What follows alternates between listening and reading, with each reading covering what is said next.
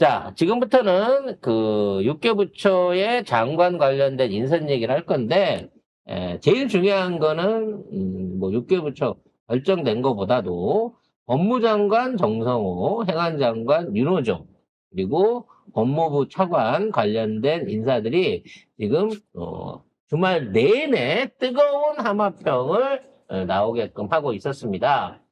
일단 뭐 기재부 법무부 뭐 이런 쪽은 크게 기재부 쪽은 관심이 없으니까 자 정성호 오선 의원과 윤호중 오선 의원이 법무장관과 행안부장으로 가게 된 어떤 뭐 이유 내지는 그 배경이 뭐가 있을까라는 부분부터 한번 분석을 해봐야 될 것 같아요. 기사 먼저 정리하고 분석해 보겠습니다.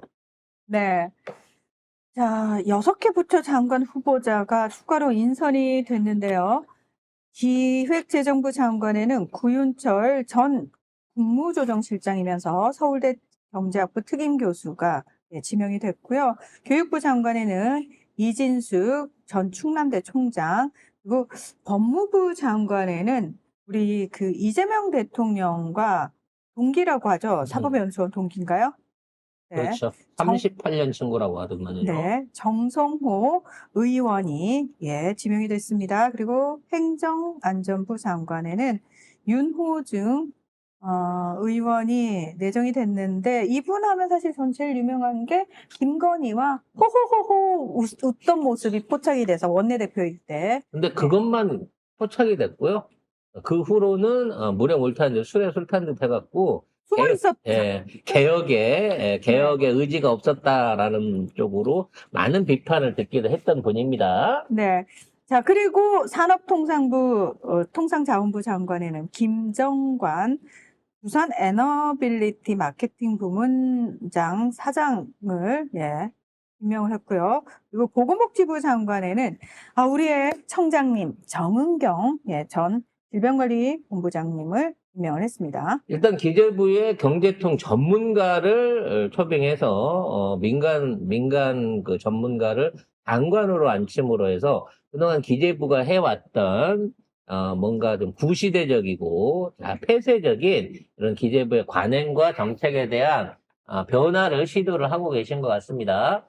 이진숙 이름이 이진숙이라서 제가 깜짝 놀라긴 했는데 하필 이름이 이진숙이에요. 충남대학교 총장님 지내셨다고 하는데 일단 여러 가지 갈리는 얘기들이 좀 있더라고요. 뭐 예전에 그 교육 관련된 진보적인 정책들 반대했던 뭐 선례들도 있고 한데 청문회에서 좀 더 봐야 될 것 같고요. 그 다음에 이제 제일 중요한 법무부 장관하고 행안부 장관에 대해서 얘기들이 많은 것 같습니다. 저는 일단 이 두 사람이 입각한 건 너무 잘 됐다고 생각을 해요. 어떤 면에서요? 똥차를 밀어낸 거죠. 이게 무슨 의미냐면 지금 새로운 지도부들이 이제 8월 달에 출범을 하게 되면 그 안에 있으면 영감질 할 사람들이 있다. 이 사람들입니다. 왜냐면 웬만한 5, 6선은 딱 이제 추미애 의원 한 사람 남았거든요. 6선 의원, 5선 의원 이상급은. 근데 그 중에 두 사람을 갖다가 당에서 밀어냈다는 얘기는 거기 가갖고 새로운 세력들, 새로운 젊은 당 대표들한테 감나라 대추나라 하지 말라는 얘기예요.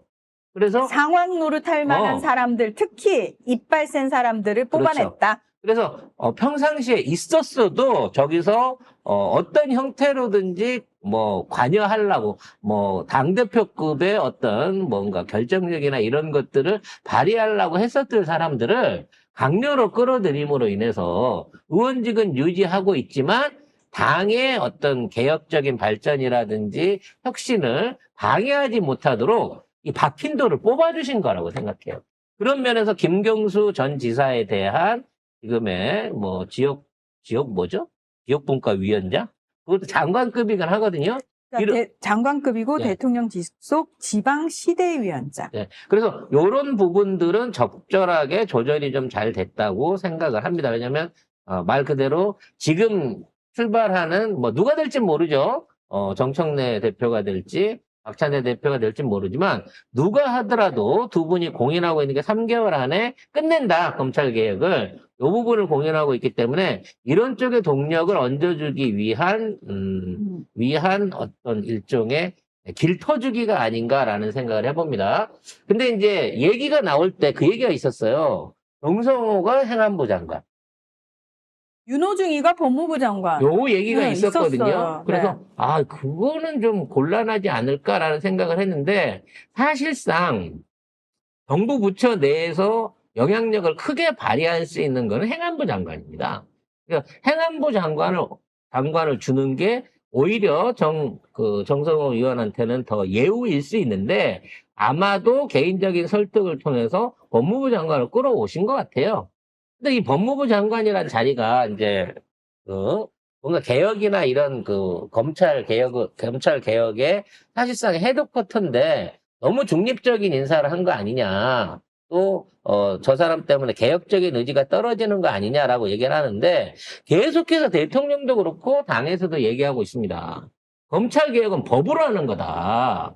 법으로 바꾸는 거기 때문에 옛날처럼 법무부 장관이 무슨 징계하고 자체적으로 개혁안 내갖고 되는 거 아니라는 거야. 이미 우리, 비난할 얘기로 하는 건 아니에요. 교수 출신, 전혀 어떤 현장 실무 경험 없는 이 법무부 장관의 45일 동안의 순환, 그리고 결과적으로 그 이후로 7년 동안의 가족사의 순환을 봤잖아요. 그러니까, 이런 부분 안에서 저 법무부 장관 자리는 사실은 약간 독이 든 성배 같은 자리일 수도 있는 거거든. 그리고 제가 아는 또 그 정성호 의원 같은 경우는요, 일단은 정치인이잖아요. 그리고 정치를 굉장히 또 나름 잘하셨어요. 그래서 이 외부에 드러나는 모습, 이 당원들에게 보이는 모습에서는 다소 중립적으로 보이기도 하고 좀 이렇게 보였지만 사실상 행한 일들, 실행력은 굉장히 과감합니다. 그러니까 그 부분을 믿어주셔도 된다고 봐요. 그래서 이런 부분 때문에 그러면 오히려 정무 능력이 있는 거네요. 그 전문 능력이 있으니까 지금 나름 그 지역구도 그렇게 호락호락한 곳이 아니에요. 그렇죠, 그렇죠. 거기에서 지금 5선을 하셨다는 거는 그만큼 전문 능력이 있다는 거거든요. 그래서 그런 부분을 가지고 한번 앞으로의 모습을 봐주시면은 제가 볼 땐 좋을 것 같아요. 저도 개인적으로 좀 뵙기도 했었고 좀 그 이야기를 많이 들었던 분이신데 우리가 외부로 보는 거랑은 좀 달라요. 굉장히 눈빛도 날카롭고 좀 무서워요. 저는 뵐 때마다 좀 무섭긴 한데 그래서 중진들 가운데서 가장 입김이 센 정성호 의원이 입각을 함으로 인해서 당 안에서는 좀 더 자유로운 토론과 개혁 그리고 당대표의 의지가 실현될 가능성이 높고요.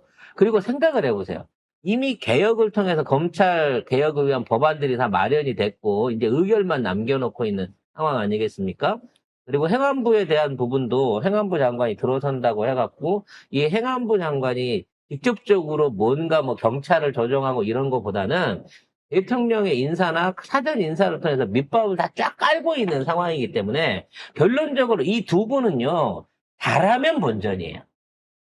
그리고 잘해도 결과적으로 정치적으로 올 수 있는 거의 마지막 자리까지 올라온 겁니다.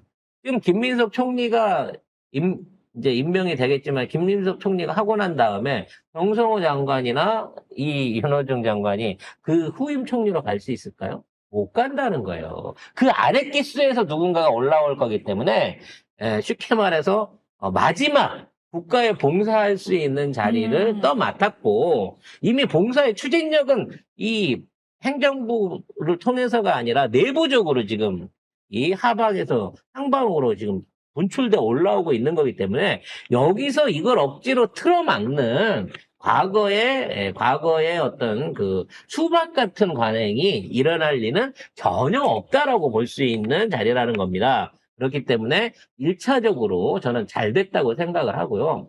문제는 그 후임 인사죠. 지금 제일 말이 많은 게 이준수 법무차관 관련된 그렇죠. 얘기입니다. 이 사람이 윤석열의 복심이네, 사실상 특수부의 부활이네, 이런 식으로 지금 얘기를 하고 있는데, 문제는 그 얘기를 누가 하고 있냐는 거죠. 조국혁신당이나, 실제로 민주당 안에 있는 인사가 하고 있는 게 아니잖아요. 물론, 이 사람이 과거에, 윤석열하고 같이 일했다. 그러기 때문에 문제가 있다라는 전제로 발언한 게 이 조은석 특검하고 지금 똑같은 패턴으로 그 굴레를 씌우고 있습니다. 근데 과연 제가 또 뭐 특정 의원이라든지 어떤 그쪽에 연루돼 있는 그 어떤 지금 뭐 유튜브나 의원들의 말을 전하려고 하는 게 아니라 과연 이 사람이 선임되는 과정에 이재명 대표가 사전에 이재명 대통령 이와 관련한 사전에 어떠한 조사 내지는 뭐 문답을 해봤는지 모르겠지만 충분한 수기 없이 그냥 이진수가 잘합니다 해갖고 했겠느냐고. 다 알고 계시죠? 다 알고 있는 거예요. 지금 이진수도 그렇고 또 우리 조은석 특검도 그렇고 사실 따져보게 되면 윤석열 정부 내에서는 이른바 특혜를 받지 못한 분에 속하는 분입니다. 조은석 특검은 사실은 애초부터 윤석열한테 밀려갖고 한직으로 계속 돌기도 했었고요. 특히나 또 이진수 차관 같은 경우에도 29기인데도 승진을 2번이나 물먹었어요. 이 윤석열 정부 안에서. 그래서 30기 승진할 때 마지막으로 막차를 타고 지검장으로 올라간 사람입니다. 만일 이 사람이 진짜 한동훈이나 뭐 이런 주진우 라인이었다 그러면 2번이나 물을 먹지는 않았겠죠. 관련해서 어느 정도 검찰 쪽이라든지 이제 법 쪽에 대한 경험이 있으시고 들은 바가 있으신 우리 도변에 한번 전형규 변호사의 한번 아니 왜 의견을 사람 드려보고 이름을 싶어요. 이제는 출연자 이름까지 또 바꾸는 거예요? 도변은 누구지? 누구니? 얘기해 주세요. 예, 일단 이번 인사 관련돼서 많은 논란이 있는 거는 알고는 있는데 저희 법조 애들에서 좀 평가는 굉장히 잘했다라는 게 좀 다수예요. 그죠. 예, 이거는 여야를 막론하고 좀 잘하고 있다. 게다가 특히 이진수 차장 같은 경우에는 대검 형사부장을 했거든요. 네. 특수통이 아니더라고. 특수통이 아니에요. 이분은 그러니까 정통 라인의 특수는 아니고 하다 보니까 어느 정도 그냥 좀 실력은 좀 있기 때문에 같이 그 안에 합류하게 된 것뿐인 거지. 이 사람이 어떠한 윤석열 개인에게 충성하고 거의 한동훈처럼 완전히 붙어가지고 행동을 했다 이런 사람은 아니다. 그래서 봉욱도 마찬가지예요. 예, 민정수석 같은 경우도 이분의 능력이나 인품이나 이런 것들에 대해서는 꽤 많이 알려져 있어요. 옛날에 윤석열이 검찰총장 됐을 때 조국 장관이 윤석열 말고 봉욱 씨를 검찰총장을 시켜야 된다고 했는데 이 수박들이 밀어내갖고 그때 낙마하신 분이 봉욱이었어요. 맞습니다. 네. 항상 여러 자리에 이름이 올랐던 분이시고 이런 분들의 특징은 뭐냐? 아까 제가 드렸던 거랑 비슷한데 무조건 그 정권 내에서는 잘한다.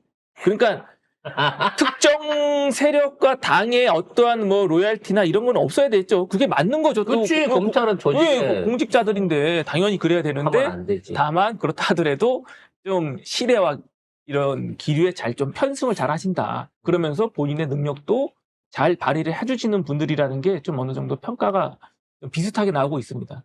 그래서 이제 다 걱정하는 게 봉욱이 김앤장이고 또 지금 있는 이진수가 윤석열이랑 알기 때문에 이 사람들이 결과적으로 특검에 파견될 검사 120명 다 뽑을 건데 얘네들이 막 윤석열 파로 다 뽑으면 어떡하냐 이 얘기를 하고 있는데요.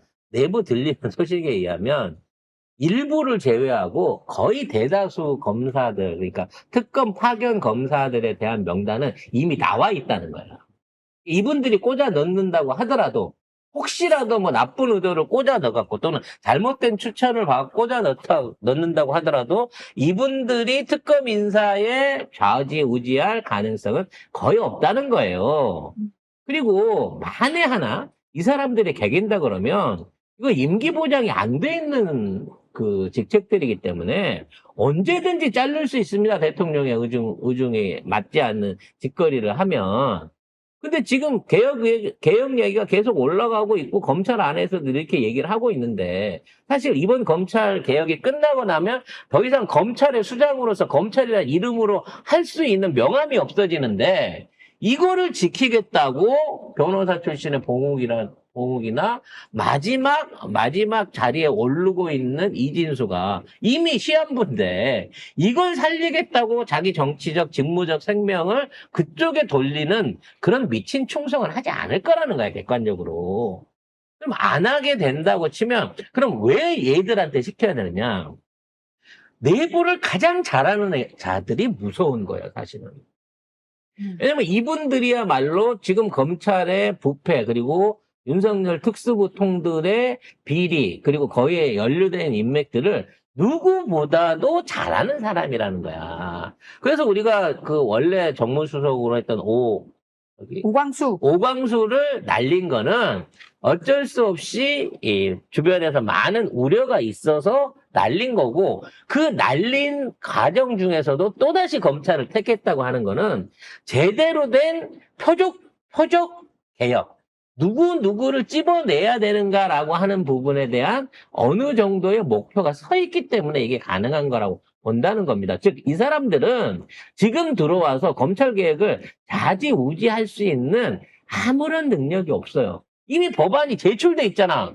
응? 지금 공소청 수사청으로 분리하고 그에 관련된 거 진행하고 이제 표결만 남기고 있는 상황이야. 그러니까 옛날 무슨 조국 장관처럼 자기가 들어와서 막 이론적으로 이렇게 해야지 하고 법안 내가지고 법안 내자마자 고소고발당하고 검찰한테 그렇게 뒷사냥당하고 이런 식의 말하자면 현장 전문가 비판이 아니에요. 그때 왜 실패했냐는 거지. 조국이 구상했었던 그 법안들 수사권 검경 수사권 분리 법안 이런 것들이 왜 결국은 제대로 실현되지 못하고 윤석열 시행령 몇 번에 한동훈하고 윤석열이 짬짬이 하는 것 때문에 그보다 예전보다 더 악화된 상황으로 돌아갔냐는 거지.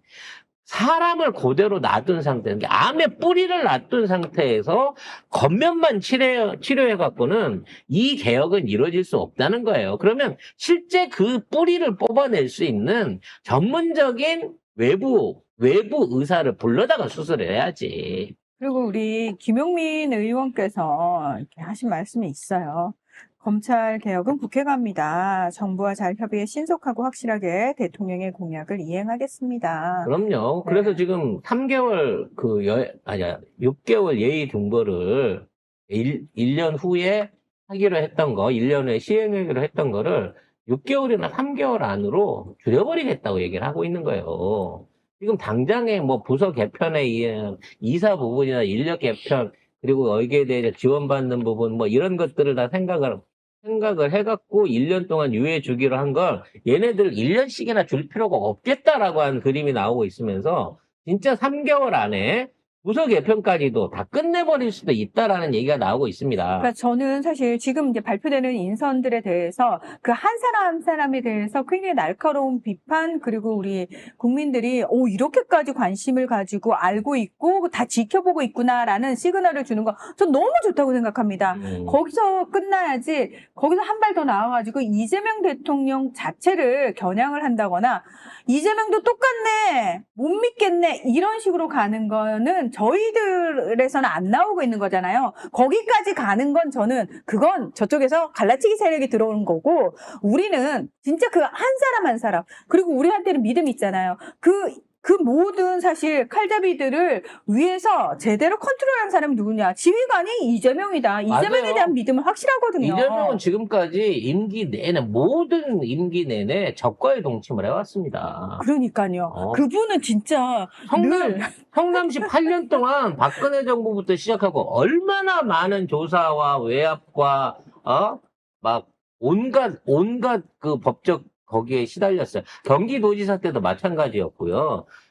처음에 민주당 들어와서 반선, 그러니까 후선이긴 한데 보궐의원 할 때도 이재명 주변에는 아무도 사람이 없었습니다. 극소수 빼고는요. 근데 그 가운데에서도 용인수를 발휘해가지고 그 자리마다 성과를 내고 당대표에 이현임을 성공하신 분 아니에요. 지금 국무회의 안에 있는 쓰레기 같은 장관들을 데리고도 그러니까 지금 이만큼이나 일을 하고 있잖아. 진짜 정말 능력자인 것 같아요. 우리는 사실 그 쓰레기들 꼴도 보기 싫잖아. 진짜 진숙이는 좀 잘라주셨으면 좋겠어요. 딴 사람은 모르겠는데 진짜 진숙이만큼은 뭐 내년 8월까지 시켜주세요 그러는데 꼭 잘라주셨으면 좋겠습니다. 저는 자르는 것 가지고는 성이 안 차요. 가야죠. 감옥을 아, 보내주셨으면 거긴 뭐 좋겠어요. 당연히 가는 거고요. 네. 가는 건 가는 거고, 좀 국무회의 안 나왔으면 좋겠는 게, 인상이 너무 무서워요. 눈빛이, 저희는 실제로 재판정에서 만났잖아요. 정말 다시는 마주치기 싫은 얼굴입니다. 그러니까 눈빛이 너무 무서워요. 사악해요. 사악해요. 아우, 사악한 기운, 진짜. 그래서 지금 이제 뭐 저는 사실 봉욱 그 정무수석은 민정수석이요. 민정수석은 죄송합니다. 봉욱 민정수석은 그냥 정무수석은 간판이라고 누구게? 응? 정무수석은 누구게? 우! 이름 자꾸 물어보지 마. 우상호. 우상호. 예, 오상호 아니고 우상호. 근데 지금 이런 사람들 있잖아요. 비서관급에 올라와 있는 이른바 연륜이 센 사람들 있잖아. 이 사람들은 말 그대로 병통 내지는 앞에 내세우는 일종의 상징인 거고요. 이 검찰개혁이 끝나고 나면 실질적으로 앞으로 민정을 담당할 사람은 지금 이태영 민정비서관이라고 봐요. 차기 민정수석이죠, 이분이.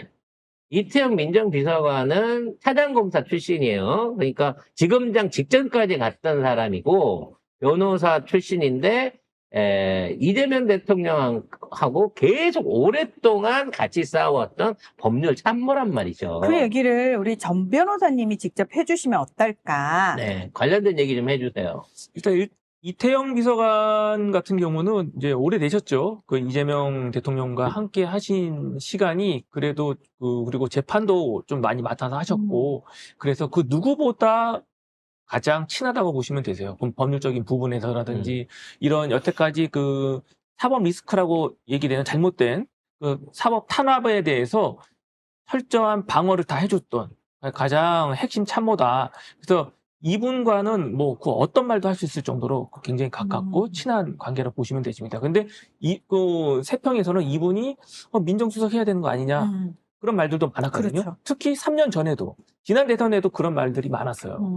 그럼에도 불구하고 3년이 지난 지금인데도 민정수석이 아니라 민정비서관을 한다는 거는 그만큼 민정수석의 자리에서는 그 임기 초반에는 다른 분들이 와서 좀 바람막이 역할을 하고 그다음에 이제 검찰을 개혁하고 해체를 해야 되잖아요. 그런 거는 굉장히 힘든 일이고 피 묻는 일이잖아요. 그렇죠. 그러니까 그런 거에 대해서는 조금 부담감을 덜어준 거예요. 그래서 결론적으로 말하면 정성호 장관, 이진수 차관, 봉욱 수석, 이태영 비서관 이 네 사람이 앞으로 이 법무개혁 내지는 사법개혁의 중심이 될 텐데 최소한 정성호와 이태영은 절대적인 우리 사람이고 한 사람이 탑이고 한 사람이 실무자예요.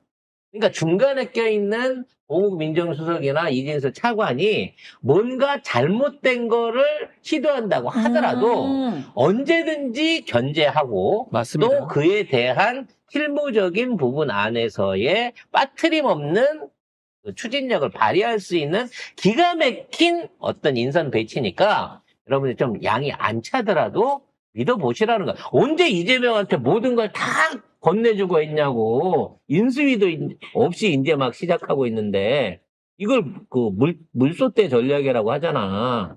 악어가 득실득실한 강을 건너고 있는데 한꺼번에 그냥 다 건너자는 거지. 그러다가 혹시라도 악어가 물어가지고 낙마시킬 수 있는 이름이 좀 나쁜 이진수 교육부장 뭐 이런 사람 하나 물려주고 나머지 또 무사히 빠져나오면 그 남은 사람들은 또 우리 사람으로 바꿔서 할 수 있는 거 아니겠습니까? 그러니까 이 물소대 전략을 우리가 충분히 이해하고 이 난관을 헤쳐나갈 수 있도록 해야 될 것 같습니다. 근데 뭐 많은 분들이 걱정을 하는 거는 저는 뭐 너무 당연한 거고 사실은 국민들은 계속 이런 목소리를 내주는 게 맞다고 생각해요. 네. 믿으세요. 네, 믿으시면 됩니다. 근데 우리가 그런 걱정이 이재명 대통령에 대한 불신으로까지 절대 이어지진 않잖아요. 그것만 잘 구분을 하면 저는 될 거라고 생각을 합니다. 네. 관련해서 경찰청 인사 동향도 좀 나왔는데요.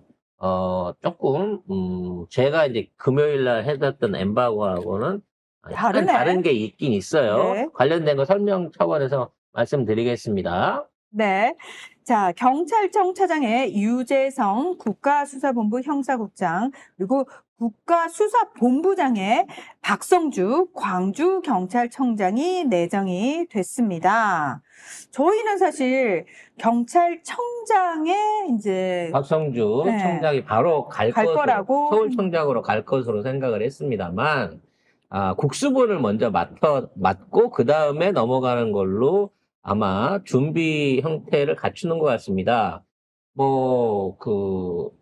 유재성 의원, 유재성 그 국장 같은 경우에는 어떤 분이신지 일단 최연배입니다. 이게 쉽게 말해서 이분이 2년의 임기를 다 마칠 수가 없어요. 정년에 걸리는 임기이거든요. 그래서 이 상황에서 최고 원로를 자리에 앉혔다는 거는 전에도 말씀드렸다시피 윤석열이 깔아놓았던 보속 승진자들, 낙하산 이 사람들을 정리하기 위한 수순이라고 봐지고요. 이분은 길어야 1년 아니면 11개월 정도 후면 정년 때문에 자리를 내려놓으실 거기 때문에 그때 가서 또 다른 인사가 이루어질 것으로 생각이 됩니다. 그러니까 아직은 행안부 장관도 없는 상황이라서 일단 지금 경찰 개혁을 한꺼번에 몰아붙이는 것보다는 일단은 윤석열 내의 내부적 사람들을 정리하는 역할을 하기 위해서 유재성 치안감이 아마도 서울경찰청장이나 서울경찰청장에 취임할 것으로 보여집니다. 경찰청 차장이고요. 그다음에 이게 한 가지 더 말씀드리면 제가 알기로는 국가수사본부장을 하게 되면 그다음에 경찰청장을 못 하게 돼 있어요. 네. 예, 그게 그 국수본의 그 특수성을 조금 존중해주고 수사의 아주 그냥 독립성을 좀 유지시켜주기 위해서 나눠놨거든요. 어쨌든 경찰청장 아래에 있는 건 맞지만 네. 다시 승진을 못하게끔. 그래서 이걸 하고 이제 끝나는 거예요. 이분의 이제 그래서 커리어는. 근데 이분의 둘 다 모두 임기가 정년을 앞두고 있어서. 정년을 앞두고 있기 때문에 마지막으로 봉사할 수 있는 역할들을 하고 그 자리에서 그걸 마무리 짓게 되면 그 다음 인사로 내년도 중반기 이후에 좀 더 참신한 경찰 계획을 위한 역할들이 주어질 수 있는 인사들이 올 거다라고 볼 수 있을 것 같습니다. 자, 방책사령관 얘기는 했으니까